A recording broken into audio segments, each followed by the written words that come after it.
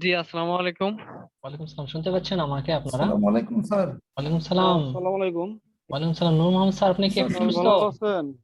জি আলহামদুলিল্লাহ। আলহামদুলিল্লাহ স্যার, এখন সুস্থ। যাক, ধন্যবাদ হ্যাঁ, সবাইকে। সবাই চলে আসছে। জি স্যার, সবাইকে সবাইকে ধন্যবাদ। আসসালামু আলাইকুম স্যার। ওয়ালাইকুম সালাম। মিজানুর রহমান, ভালো আছেন? Shahin Alam, Galaxy Z5।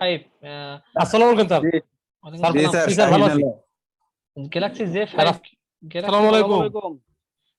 Sir আসসালামু আলাইকুম। রৌফ ওয়ালাইকুম বলছিলাম। সালাম। হ্যাঁ, রৌফ রৌফ সাহেব, স্যার, গ্যালাক্সি আমার Z5। তো আচ্ছা, নাম ঠিক আছে। লেখা হয় নাই। নামটা চেঞ্জ করে নিয়েন। শাহিন আলমের নাম ঠিক আছে, মিজানুর রহমান নাম ঠিক আছে, ইঞ্জিনিয়ার নূর মোহাম্মদ স্যার ঠিক আছে। গ্যালাক্সি Z5 বোধহয় রৌফ সাহেবের, আর আরেকটা কি যেন 1GM3 কি যেন দেখাচ্ছে। আচ্ছা, যাই হোক, এনিওয়ে আপনারা ঠিক করে নেবেন এটা। আচ্ছা, ধন্যবাদ সবাইকে আমার এই ঈদ পর মানে ফার্স্ট ক্লাসে জয়েন করার জন্য।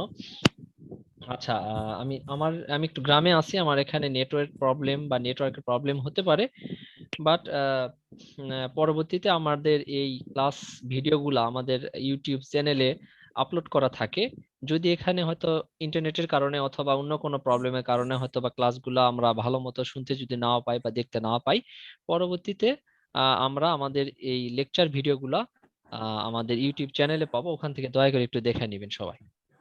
তো সবাইকে স্বাগতম বা ধন্যবাদ আমার ক্লাসে জয়েন করার জন্য। মোস্ট প্রবাবলি আপনারা আমার কথা শুনতে পাচ্ছেন। জি স্যার, শুনতে পাচ্ছি। আচ্ছা, দেখেন, আহ, আমার আমি স্ক্রিন একটা শেয়ার করছি, আমার স্ক্রিনটা দেখতে পান কিনা?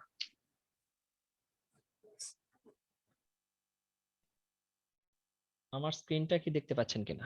জি স্যার, দেখতে পাচ্ছি। জি ধন্যবাদ। হ্যাঁ, বাকি যারা আছেন তারাও একটু কাইন্ডলি রেসপন্স করবেন মাঝে মধ্যে জি আমি স্যার, যখন। দেখতে পাচ্ছি। আচ্ছা, ধন্যবাদ। আমাদের মূলত মিড টার্মের পার্টটা মোটামুটি হয়ে গেছে। যারা নতুন তাদের জন্য একটু মানে একটু ধরতে বা প্রথম অবস্থা বুঝে উঠতে একটু কষ্ট হবে, কারণ হলো যে আমরা মিড টার্মের আগে প্রত্যেকটা সাবজেক্টের ইন্ট্রোডাকশন বা প্রথম দিকের যে বিষয়গুলো এগুলো আমরা শেষ করছি। এখন সেকেন্ড পার্ট অর্থাৎ ফাইনাল এক্সামের জন্য আমরা কিছু টপিক বা কিছু বিষয় পড়বো। তো নতুন যারা আছেন ধৈর্য সহকারে আপনারা আমাদের সঙ্গে থাকেন। আহ, পরবর্তীতে যারা নতুন আছেন, পরবর্তীতে আমি আপনাদের রিকভারি ক্লাস নিয়ে ওইটা আপনাদের কাভার করে দেব। তো আমরা মূলত 7, 8 এবং 9 এই তিন ব্যাচের MBA প্রোগ্রাম স্টুডেন্ট আমরা আছি এখানে। 7, 8 এবং 9। তো লিডারশিপ পাওয়ার অ্যান্ড ইনফ্লুয়েন্স এই সাবজেক্টটা 7, 8, 9 তিন ব্যাচেরই আছে। Man power planning and policy 7, 8, 9 তিন ব্যাচেরই আছে। তো বাকি তিনটা সাবজেক্ট আমার, যেমন বিজনেস কমিউনিকেশন শুধু 8 এবং 9 বেসের আছে। হ্যালো। স্যার 6 ব্যাচেরও আছি আমি। জি স্যার, হ্যাঁ 6 ব্যাচেরও আমি আচ্ছা, আছি। 6 বেস ঠিক আছে। বিজনেস কমিউনিকেশন 8 এবং 9 বেস, ইন্ডাস্ট্রিয়াল রিলেশন 8 এবং 9 বেস, ম্যানেজারিয়াল নেগোসিয়েশন 8 এবং 9 বেস। তো আহ, আমি যেটা দেখলাম, নতুন যারা তারা বোধহয় এখনো আমাদের প্ল্যাটফর্ম গুলোতে হ্যাবিচুয়েটেড হয়নি। নতুন এই বেসে প্রায় 9 জন স্টুডেন্ট ভর্তি হয়েছে আমাদের নবম বেসের। তো 9 জন স্টুডেন্টের মধ্যে নতুন, আর 9 জনের মধ্যে পুরাতনের মধ্যে এখানে বোধহয় 2 জন আছেন এখানে। তো বাকি যারা তারা বোধহয় এখনো হ্যাবিচুয়েটেড হয়ে উঠে উঠে পারেনি, অথবা তারা আমাদের এই প্ল্যাটফর্ম সম্বন্ধে এতটা জ্ঞাত হতে পারেনি। তো যাই হোক, পরবর্তীতে তারাও আমাদের প্ল্যাটফর্মে আসেন। প্রমি জয়েন করতেছেন, শাহিন আলম আছেন, নাহিদ নাহিদ নাহিদ আছেন, রূপ সাহেব আছেন। ওকে। আচ্ছা, তাহলে আমরা এর আগের অর্থাৎ মিড টার্মের আগে manpower planning and policy এই সাবজেক্টটার। স্যার আসসালামু আলাইকুম। সালাম, প্রবীণ ভালো আছেন? জি স্যার, ভালো। আপনি ভালো আছেন? আছি প্রমি, আলহামদুলিল্লাহ। তো প্রমি, আমরা ওই ফাইনাল পার্টের জন্য আমরা এই ক্লাস স্টার্ট করছি ফাইনাল পরীক্ষার জন্য। তো যদি সরকার জি ইউনিভার্সিটি স্যার। খুলে দেয় সেক্ষেত্রে হয়তো জি স্যার। ফিজিক্যালি আপনাদের সাথে দেখা হবে বা ক্লাস হবে ইনশাল্লাহ, কিন্তু আপাতত বসে থেকে লাভ নাই। আমরা ফাইনাল পরীক্ষা বা আপনাদের সেশন জট মানে সেশনে জটে হুম, ফেলায় লাভ নাই। পাশাপাশি আপনাদের যাতে এক্সাক্ট টাইমে পরীক্ষাটা হয় এই জন্য আমাদের অনলাইনে অন্তত স্যার। একটু, হ্যাঁ, যতদূর সম্ভব হোক আমরা আগে নেওয়ার চেষ্টা করব। তো ধন্যবাদ, আপনারা অনেক কষ্ট করে প্রথম ক্লাসে যে এত সবাই জয়েন করার চেষ্টা করছেন এই জন্যই আরো একবার ধন্যবাদ।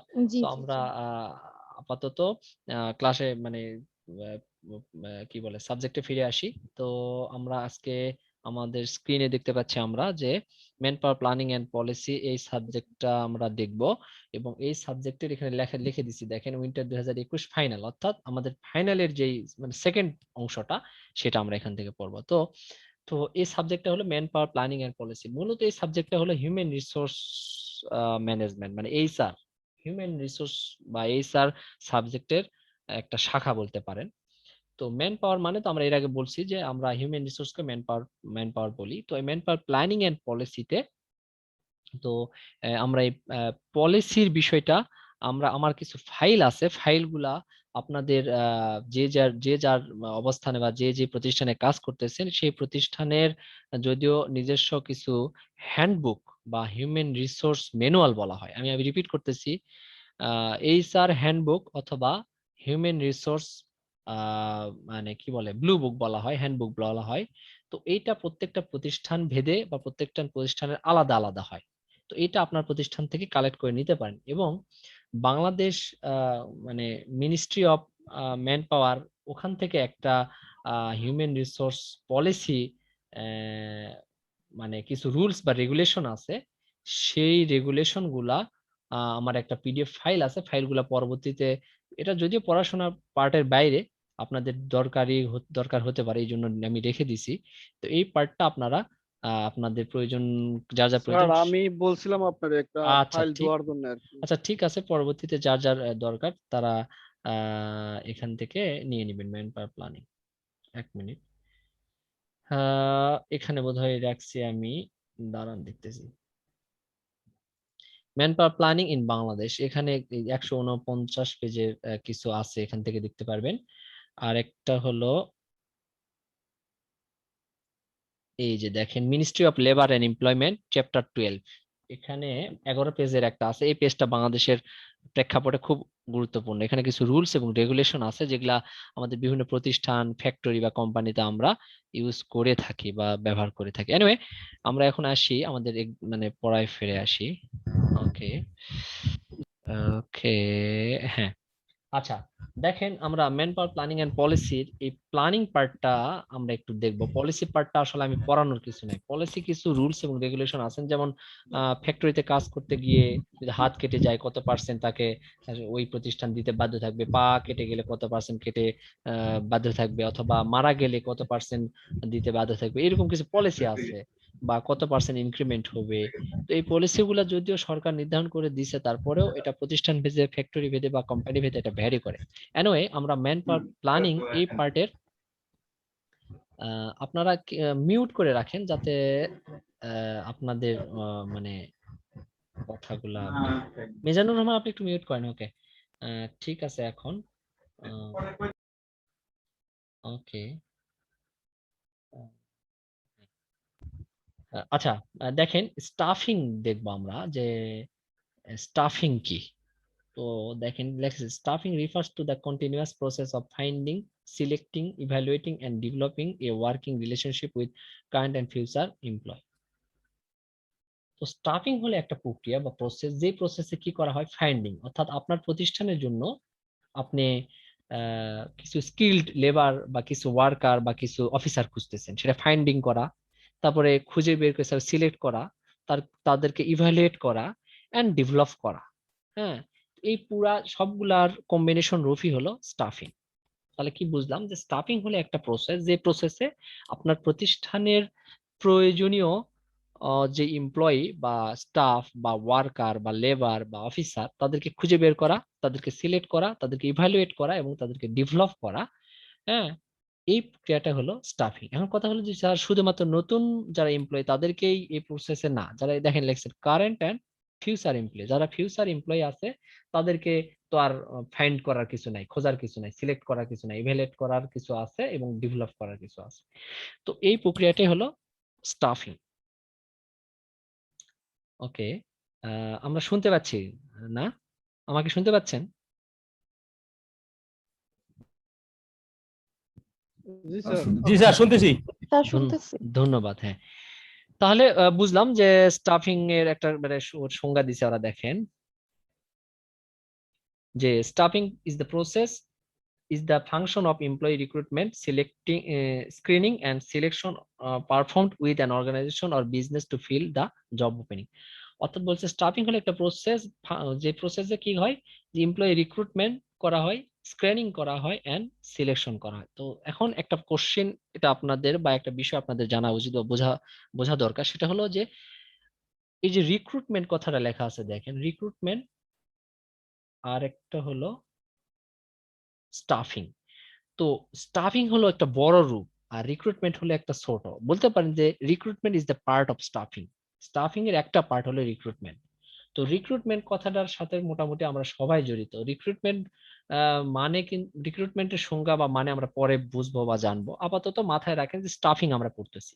তো স্টাফিং হলো অনেকগুলা বিষয়ের সমষ্টি। কি হলো? রিক্রুটমেন্ট, স্ক্রিনিং, তারপর সিলেকশন, তারপরে এই যে দেখেন ইভ্যালুয়েট, ডেভেলপ, সবগুলোর কম্বিনেশন রূপ হলো স্টাফিং। তো আপনারা স্টাফিং এর এখানে সংজ্ঞা দেখে নিন, পড়ে নিন। আচ্ছা, দেখছেন stuffing is an important function as it ensure efficient performance of all other management function. বলছে স্টাফিংটা কেন ইম্পর্টেন্ট, কারণ হলো স্টাফিংটা যদি আপনি ভালো মতো না করতে পারেন, অন্যান্য যে আপনার ম্যানেজিয়াল ফাংশন থাকে একটা প্রতিষ্ঠানে, হোক সেটা আহ কি বলে আপনার কনজিউমার ফ্যাক্টরি, হোক সেটা গার্মেন্টস ফ্যাক্টরি, হোক সেটা একাডেমিক প্রতিষ্ঠান, যে কোনো ধরনের প্রতিষ্ঠানই হোক, যে কোনো ধরনের প্রতিষ্ঠানই হোক, সেক্ষেত্রে ম্যানেজমেন্ট যে ফাংশন গুলা থাকে, ম্যানেজমেন্ট ফাংশনের ইফিসিয়েন্সি বলতে পারেন বা ম্যানেজমেন্ট ফাংশনের সাকসেসফুলটা ডিপেন্ড করে মোস্টলি স্টাফিংটা কত ভালো আপনার প্রতিষ্ঠানে হয়। স্টাফিংটা যদি ভালো আপনার প্রতিষ্ঠানে না হয়, সেক্ষেত্রে ম্যানেজমেন্টের যে ফাংশন এইটাও কিন্তু ল্যাকিং হয় বা ফুললি 100% আপনার ফাংশনটা কন্ডাক্ট হয় না। তো এই আর কি। ওকে, দেন আসেন নেচার অফ স্টাফিং ফাংশন। এই যে স্টাফিং আমরা বলতেছি বা স্টাফিং এর ফাংশন গুলা আমরা বললাম, তো এই স্টাফিং ফাংশন গুলা নেচার বা ধরন কিরকম বা প্রকৃতি কিরকম সেটা আমরা জানবো বা বুঝবো। তো দেখেন এখন কোশ্চেন হতে পারে স্যার স্টাফিং এর ফাংশন গুলা কি, সেটা তো আমরা বুঝলাম না। সেটা এই যে স্টাফিং এর ফাংশন গুলা, এই যে দেখেন রিক্রুট করা, স্ক্রিনিং করা, সিলেকশন করা, তারপরে ইভালুয়েট করা, ডেভেলপ করা, ট্রেনিং দেওয়া, তো এই সবগুলাই হলো স্টাফিং এর ফাংশন। আচ্ছা, তো নেচার অফ স্টাফিং ফাংশন দেখেন, এই যে এখন একজন হিউম্যান রিসোর্স এক্সপার্ট তিনি স্টাফিং এর একটা সংজ্ঞা দিয়েছে। স্টাফিং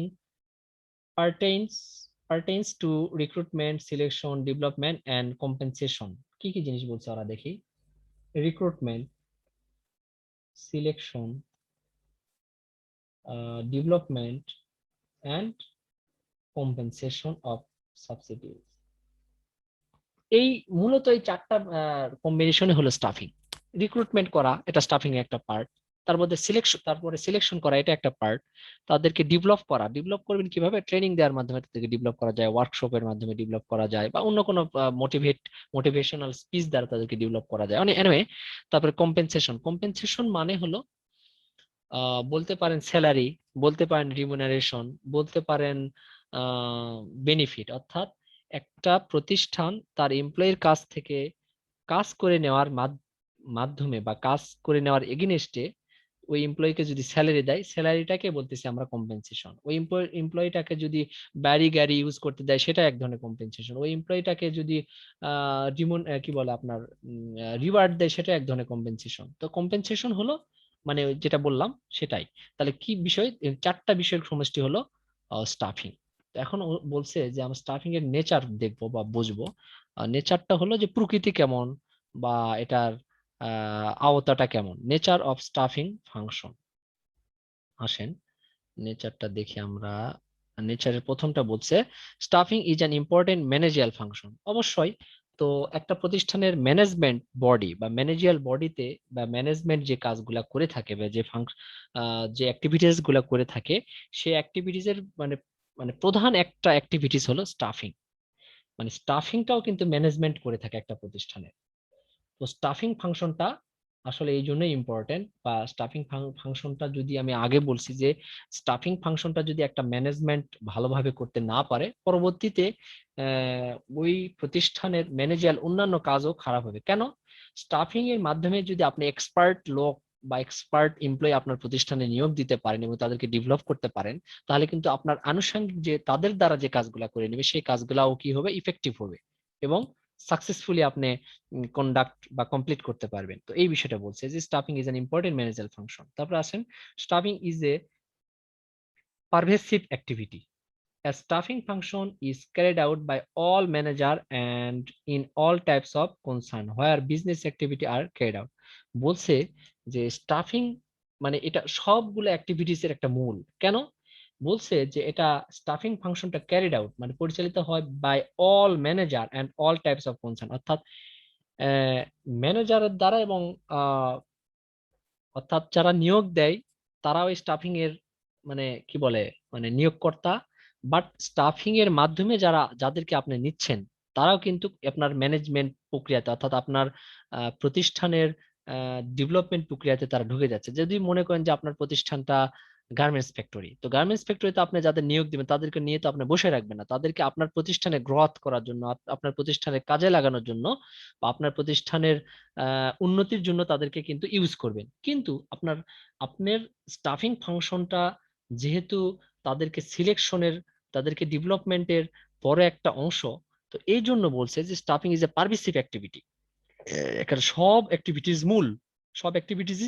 অ্যাক্টিভিটির মূল বা প্রধান বিষয়। তারপর আসেন, staffing is a continuous process.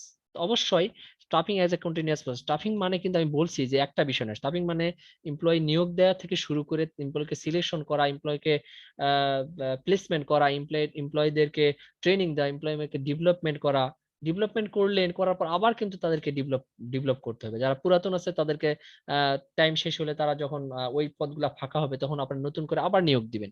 তো এই জন্য বলছে স্টাফিং বিষয়টা এটা একটা চলমান প্রক্রিয়া। তো এটা যদি আপনি দেখলেন যে ট্রেনিং দিলেন একবার বছরে আর দিচ্ছেন না, তাহলে কিন্তু এটা হবে না, এটা একটা চলমান প্রক্রিয়া, এটা আপনাকে চালাতেই হবে। Then the basis of staffing function is efficient management or personnel. বলছে যে স্টাফিং ফাংশনটা এফিসিয়েন্ট ম্যানেজমেন্ট অর পার্সোনেল। তো এই স্টাফিং ফাংশনের বেসিস বা মূল বিষয় কি সেটা বলছে ওরা, যে ইফিসিয়েন্ট ম্যানেজমেন্ট অফ পার্সোনেল মানেও কিন্তু আমরা বলছি যে পার্সোনেল মানেও কিন্তু হিউম্যান রিসোর্স, পার্সোনেল মানেও কিন্তু ওয়ার্কার, পার্সোনেল মানেও কিন্তু লেবার।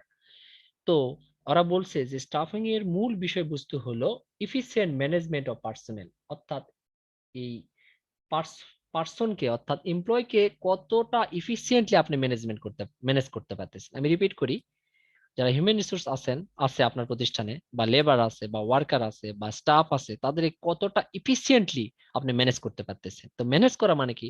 ম্যানেজ করা মানে তাদেরকে দিয়ে কাজ করে নেওয়া। আমি রিপিট করতেছি, তাদেরকে দিয়ে কাজ করে নেওয়া, অর্থাৎ তাদেরকে ইউজ করে আপনার প্রতিষ্ঠানের অবজেক্টিভস ফুলফিল করা।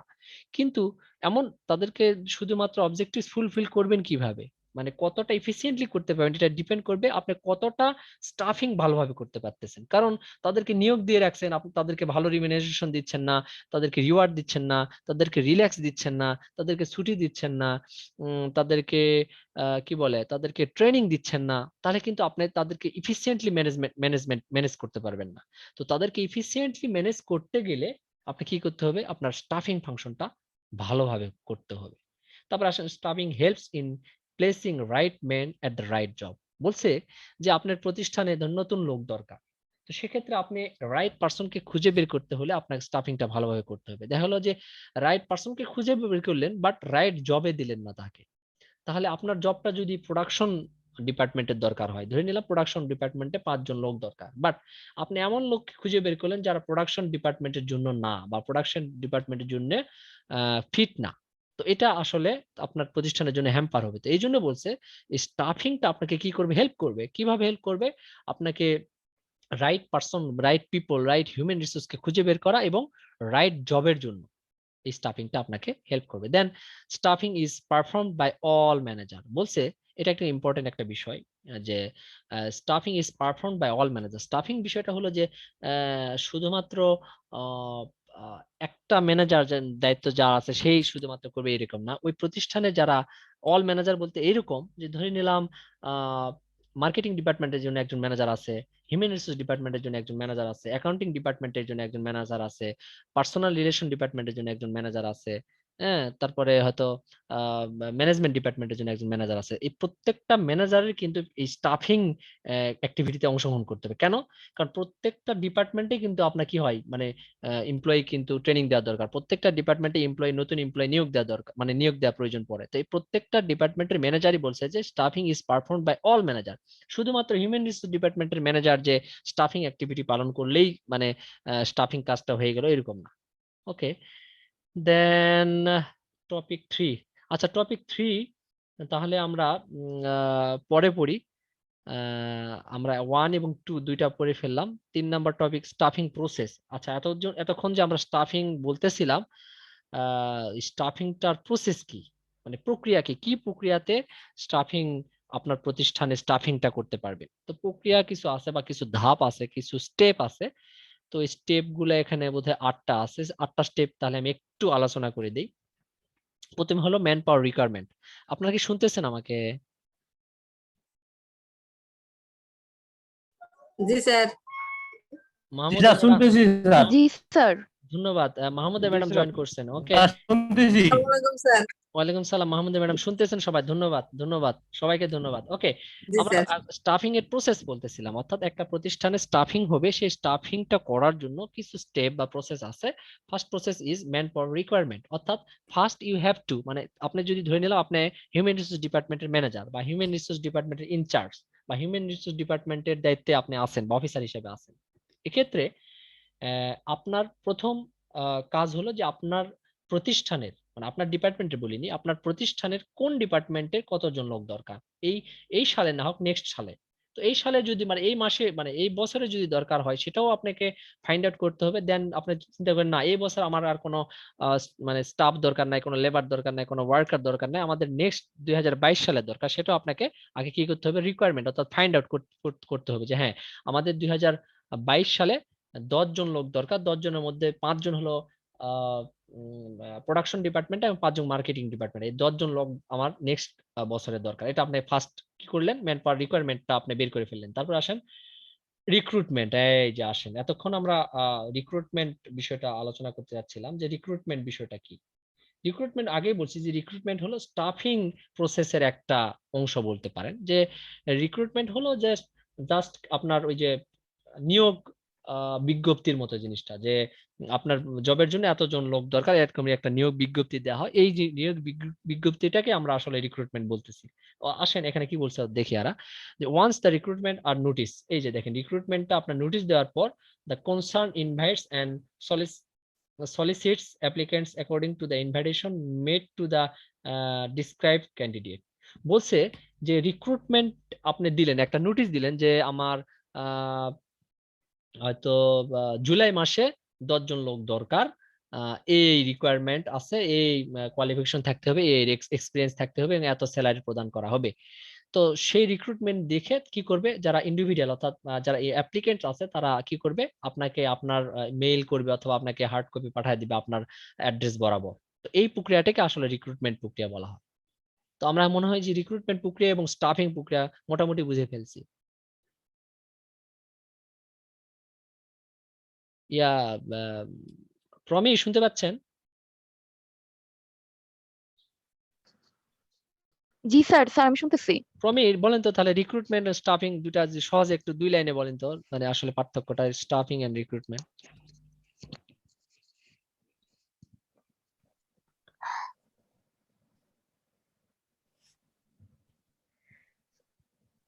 স্টাফিং আর রিক্রুটমেন্ট হচ্ছে মানে স্টাফিং এর ডিটেল ব্যাপারটাই হচ্ছে রিক্রুটমেন্ট। না না না, ভুল বলছেন, ঠিক উল্টা বলছেন আপনি। রিক্রুটমেন্ট হলো স্টাফিং এর একটা পার্ট, স্টাফিং হলো বড় বিষয়, ডিটেলস বিষয়টা হলো স্টাফিং। ডিটেলস বা বড় বিষয়টাই হলো স্টাফিং। ও স্যার আমি উল্টা বলছি, হ্যাঁ, সরি। জাস্ট উল্টা বলছেন। হ্যাঁ, এখন বলেন, হ্যাঁ রিক্রুটমেন্ট জিনিসটা কি, তাহলে স্টাফিং জিনিসটা জি কি স্যার। বলেন।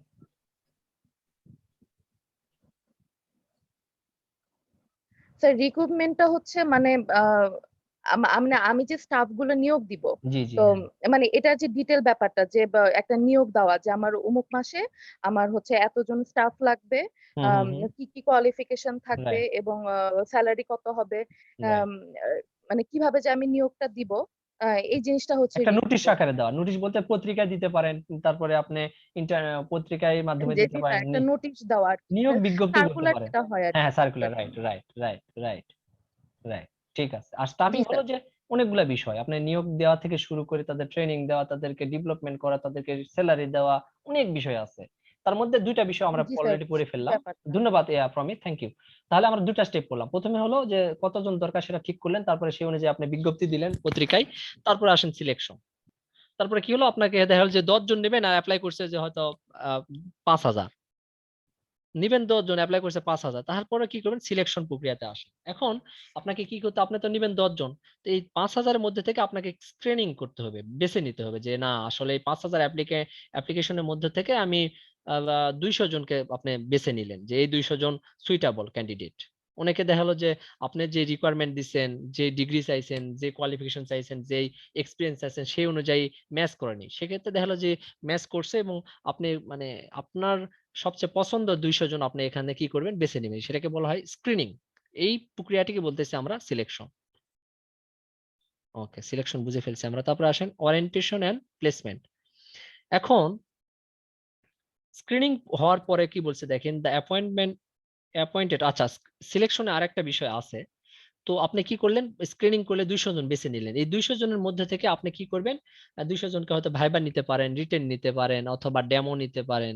হ্যাঁ, নিয়ে আপনি কি করলেন, ওই যে 15 জনকে সিলেক্ট করলেন, নিবেন হয়তো 10 জন, আপনি 15 জনকে সিলেক্ট করলেন। তো এটা হলো অ্যাকচুয়ালি সিলেকশন প্রসেস। তারপর আসেন ওরিয়েন্টেশন এন্ড প্লেসমেন্ট। আপনি 15 জনকে সিলেক্ট করলেন, বাট নিবেন কিন্তু 10 জন। এই 10 জন, প্রথম 10 জনকে আপনি কি করবেন, তাদেরকে অ্যাপয়েন্টমেন্ট লেটার পাঠিয়ে দিলেন, তারা আসলো এবং তাদেরকে ওরিয়েন্টেশন করলেন। ওরিয়েন্টেশন বিষয়টা হলো যে আপনি আসার পর ক্যান্ডিডেট যারা আপনি 10 জন সিলেক্ট করে নিলেন, সেই ক্যান্ডিডেটকে আপনি আপনার প্রতিষ্ঠান, আপনার কাজ সম্বন্ধে এবং আপনার ডিপার্টমেন্ট সম্বন্ধে একটা ধারণা দিবেন, সেটাকে বলতেছে ওরিয়েন্টেশন। আর প্লেসমেন্ট হলো যে এই 10 জন কিন্তু একটা ডিপার্টমেন্টের জন্য নেন না, 10 জনের মধ্যে 5 জনকে নিছেন আপনি প্রোডাকশন ডিপার্টমেন্টের জন্য, আর 5 জনকে নিছেন আপনি মার্কেটিং ডিপার্টমেন্টের জন্য। এই 5 জনকে আপনি দিলেন প্রোডাকশন ডিপার্টমেন্ট, আর বাকি 5 জনকে দিলেন আপনি মার্কেটিং ডিপার্টমেন্টে। এই প্রক্রিয়াটাকে বলতেছি আমরা প্লেসমেন্ট। তাহলে ওরিয়েন্টেশন বুঝলাম, প্লেসমেন্টটা বুঝলাম। তারপর আসেন ট্রেনিং এন্ড ডেভেলপমেন্ট। ওকে, নতুন যারা জয়েন করলো, করার পরপরই কাজে তো অনেক কাজ বুঝবে না তারা, অথবা বুঝলেও ভালো মতো পারফর্ম করতে পারবে না, এই জন্য তাদেরকে একটা ট্রেনিং এর ব্যবস্থা করতে হবে এবং তাদেরকে ডেভেলপমেন্ট করতে হবে, যাতে তাদেরকে ইউজ করে ইউ ক্যান গেট ইউর 100% মানে আউটপুট ফ্রম দেম।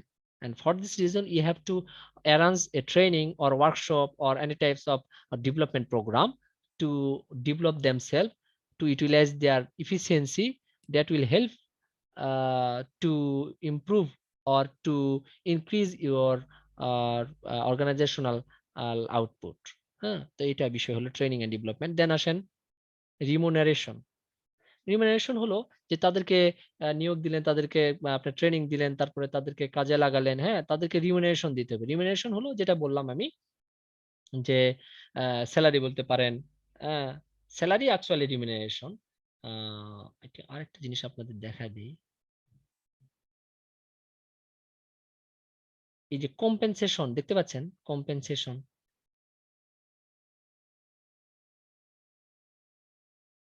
কম্পেনসেশন এই ওয়ার্ডটা দেখতে পাচ্ছেন আপনারা।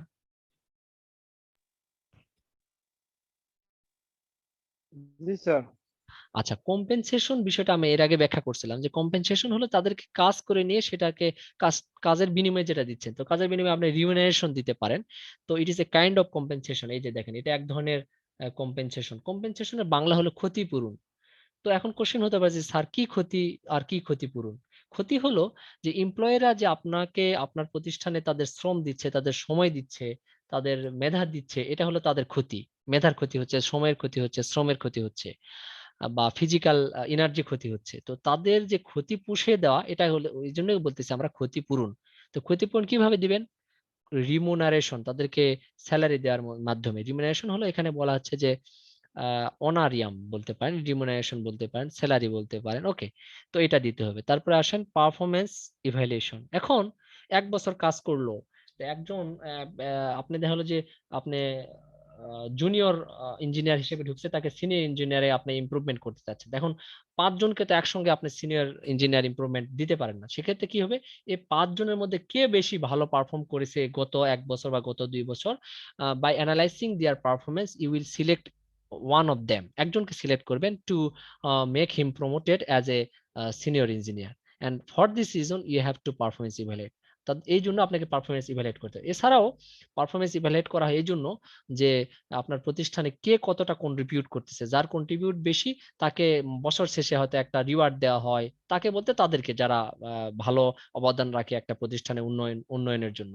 তো এটাকে বলা হচ্ছে পারফরমেন্স ইভ্যালুয়েশন। তারপর আসেন প্রমোশন এন্ড ট্রান্সফার। এই যে যেটা বললাম যে তাদেরকে অনেক সময় সিনিয়রিটির ভিত্তিতে অর্থাৎ বয়সের ভিত্তিতে অনেক সময় প্রমোশন দেওয়া হয়, অনেক সময় পারফরমেন্সের ভিত্তিতে প্রমোশন দেওয়া হয়, অনেক সময় ইয়ার অফ ওয়ার্ক মানে ইয়ার অফ ওয়ার্ক স্পান মানে কাজের টাইমের ভিত্তিতে অনেক সময় তাদেরকে প্রমোশন দেওয়া হয়।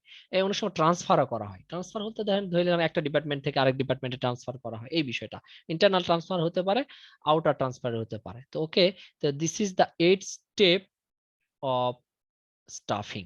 তো স্টাফিং এর প্রসেস এটা খুবই ইম্পর্টেন্ট বা বিষয় বা জানার বিষয়, যেটা আমাদের যে যে প্রতিষ্ঠানে আছেন প্রত্যেকটা প্রতিষ্ঠানে যেই জবে থাকেন, বাট এই বিষয়গুলো জানা দরকার আমাদের, যে আসলে কিভাবে একটা প্রক্রিয়া প্রথম থেকে শুরু করে লাস্ট পর্যন্ত হয়। তো আসেন, তাহলে আমরা বুঝলাম যে স্টাফিং প্রসেস, স্টাফিং পড়লাম যে স্টাফিং কি, তারপর স্টাফিং এর কি কি কাজ হয় সেটা পড়ছি। তারপরে আসেন পড়ছি যে স্টাফিং এর নেচার গুলা কি, হ্যাঁ সেটা পড়ছি। তারপরে বললাম স্টাফিং এর প্রসেস গুলা কি বা স্টাফিং এর স্টেপ গুলা কি। তাহলে এই 3টা কোশ্চেন আমরা মোটামুটি আজকে পড়লাম। তারপরে আমরা টপিক পড়বো টাইপস অফ রিক্রুটমেন্ট, এটা পড়বো রিক্রুটমেন্ট কি কি ধরনের হয়। হ্যাঁ ওই যে রিক্রুটমেন্ট বলতে এই যে দেখেন 2 নাম্বারে রিক্রুটমেন্ট লেখা আছে, হ্যাঁ কি কি ভাবে রিক্রুটমেন্ট হয়। তারপরে পড়বো এমপ্লয়ি সিলেকশন প্রসেস, কিভাবে সিলেক্ট করবেন, সিলেকশন প্রসেস দেখেন এখানে 3 নাম্বারে আছে, এই যে দেখেন সিলেকশন। ওকে, তারপরে এই ফাইলটা আমি আজকে আপনাদের মেসেঞ্জার গ্রুপে দিয়ে দিচ্ছি, আপনারা সবাই ডাউনলোড করে নেবেন। আর এই ফাইলটা আমাদের ফাইনালের জন্য যথেষ্ট, এর বাইরে থেকে আমরা পড়বো না। যদি আপনারা অতিরিক্ত পড়তে চান বা জানতে চান, সেক্ষেত্রে আপনারা বইয়ের হেল্প নিতে পারেন বা নেটের হেল্প নিতে পারেন, অথবা আমার সঙ্গে যোগাযোগ করতে পারেন পার্সোনালি। আমি চেষ্টা করবো আপনাদের সাপোর্টিং এলিমেন্ট এবং শীট দেওয়া, যাতে কিনা আপনারা এই বিষয়গুলো বুঝতে পারেন। আর যদি কোনো বা আমার এই লেকচারে বুঝতে সমস্যা হয়, সেক্ষেত্রে আপনারা ভিডিও গুলা তো ইউটিউবে থাকবে, এখান থেকে দেখে নেবেন, অথবা আপনারা পার্সোনালি আমি যখন ফ্রি থাকবো আমি তখন আমার সঙ্গে যোগাযোগ করেও আপনারা আমাদের যে বিষয়গুলো হয়তো আপনারা বোঝেন নাই বা বুঝতে সমস্যা হয়েছে সেই বিষয়গুলো আমার কাছ থেকে ক্লিয়ার করে নেওয়ার চেষ্টা করবেন। ওকে, তাহলে আজকে এই পর্যন্তই, আপনারা সবাই ভালো থাকেন। আর যদি 2-1 জনের কিছু বলা থাকে বলে ফেলেন, আমাদের 4 মিনিট সময় আছে।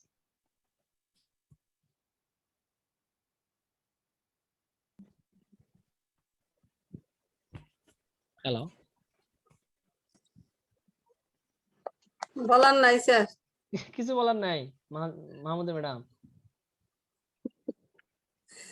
দেখেন না সবাই চুপ করে আছে স্যার। না থ্যাংক ইউ, আপনি যে রেসপন্স করছেন এই জন্য ধন্যবাদ। স্যার হ্যাঁ রূপ সাহেব বলেন। হ্যালো হ্যাঁ রূপ সাহেব বলেন, স্যার। বলেন রূপ সাহেব বলেন, দ্রুত বলেন, শুনতে পাচ্ছি। ভাবতে ভাবতেই স্যার সময় স্যার ওই অ্যাডমিন রুলস এর ফাইলটা স্যার যদি রেডি থাকে স্যার আচ্ছা আমার ঠিক আছে, মেইলে এটা একটু স্যার পার্সোনালি দিয়ে আমার দিন। সাথে যোগাযোগ করবেন, পার্সোনালি কথা বলে, এখন না, আপনি ক্লাস পিরিয়ড শেষে কথা বলে আমার সাথে। স্যার অ্যাডমিন রুলস এর যে একটা ফাইল চাইছিলাম স্যার, আচ্ছা নোট, আচ্ছা ঠিক আছে, আমার সাথে ওইটা স্যার পার্সোনালি একটু কথা বলবেন। মেইলে দেওয়ার জন্য বলছিলাম স্যার। ঠিক আছে রৌফ সাহেব, আপনি আমাকে পার্সোনালি একটু নক করে দিন। স্যার আমাদের, হ্যাঁ হ্যাঁ প্লিজ বলেন। স্যার আমাদের কি, আমরা কি ওই আমাদের হল কি খোলা আছে স্যার? আমরা কি ওখানে যাইতে পারবো? আমাদের হল মানে ওই যে ইউনিভার্সিটি খোলা আছে, বিভিন্ন ইউনিভার্সিটি খোলা আছে, ক্যাম্পাস খোলা আছে, যাইতে পারবেন। আর সরকার জি, স্যার। বোধহয় 13-14 তারিখে ভার্সিটিও খুলে দেয় কিনা দেখেন। Okay sir. স্যার ওই যে আমাদের গতবার তো কাগজপত্র বা আমাদের ওই যে বিভিন্ন আচ্ছা আচ্ছা ঠিক আছে, টিউশন বুঝতে ফির পারছি। কাগজপত্র গুলো তো আমরা নিয়ে নিই স্যার। আচ্ছা ঠিক আছে, মিজানুর রহমান বলছিলেন, ঠিক আছে আপনার ইউনিভার্সিটি খোলা ওকে আছে, স্যার, তারপরে ধন্যবাদ। আমাকে একটু ফোন দিয়ে যাবেন। ফোন দিয়ে গেলে আমি হয়তো আগে ফোন দিয়ে কথা বলে নিতে পারবো, সেই অনুযায়ী আপনারা গিয়ে আপনাদের যে কাজগুলো আসে সেগুলো কাজগুলো আপনারা সেগুলো কাজ সারাতে পারবেন। আচ্ছা আরেকটা যেটা কথা এক মিনিটে শেষ করি। সেটা হলো যে আপনাদের নিয়ে একটা ওয়েবিনার, অর্থাৎ আপনাদের একটা সেমিনার করতে চাচ্ছিলাম, আপনারা সবাই অংশগ্রহণ করবেন। সেই সেমিনারে আপনাদের এখন যে যে প্রতিষ্ঠানে থাকেন, যে যে জবই করেন, আইটি স্কিলটা এত দরকারি হয়ে পড়ছে বর্তমান প্রেক্ষাপটে, ডিজিটাল স্কিল অর্থাৎ কমিউনিকেশন করা, কিভাবে কমিউনিকেট করবেন, কিভাবে জি স্যার। আপনারা এই বিষয়গুলো আসলে আমরা এমবিএ স্টুডেন্ট হিসেবে এবং আমিও অনেক কিছু শিখতেছি, লার্নিং স্টেজে আছি। তো আমরা চাচ্ছিলাম যে আমরা একটা ওয়ার্কশপ জাতীয় বা একটা ট্রেনিং সেশনের মতো বা একটা ডিসকাশন সেশনের মধ্যে করব, হয়তো নেক্সট উইক বা 8-10 দিনের মধ্যে। তো আমার মনে হয় যে সবাই সেক্ষেত্রে অংশগ্রহণ করলে আমাদের পার্সোনাল স্কিল অর্থাৎ পার্সোনাল ডিজিটাল কমিউনিকেশন স্কিলটা ডেভেলপ হবে। তো সবাই ভালো থাকবেন, এই বিষয়ে পরবর্তীতে জানানো হবে আপনাদের। সবাই ভালো থাকবেন, সুস্থ থাকবেন। আর এটা কি একদিনের জন্য? এটা হ্যাঁ ওকে একদিনের জন্য। আর আসসালামু আলাইকুম। আপনারা যদি মনে করেন যে না একদিনের জন্য আমাদের কমপ্লিট হলো না, কোনো কারণে কিছু বিষয় জানার বাদ থাকলো, সেক্ষেত্রে আমরা সিরিজ করতে পারবো, 2 দিনের বা 3 দিনের জন্য শেষ করলাম। তাতে কি হলো যে আমরা এই বিষয়টা আমাদের জবের ক্ষেত্রে প্রয়োজন, পার্সোনাল ডেভেলপমেন্টের জন্য প্রয়োজন। তো এই আর কি, যাই হোক এটা মানে জি এক্সট্রা। স্যার আমাদের হুম। তো ঠিক আছে, এই বিষয়ে আপনাদের জানানো হবে, সমস্যা নাই। আমার মনে হয় যে সেটা আমাদের সবার জন্যই উপকারী হবে। তো সবাই ভালো থাকবেন, সুস্থ থাকবেন, জি সবাই স্যার। সবার জন্য দোয়া করবেন। আল্লাহ হাফেজ। জি স্যার, ওকে স্যার। আসসালামু আলাইকুম। আসসালামু আলাইকুম স্যার। আসসালাম।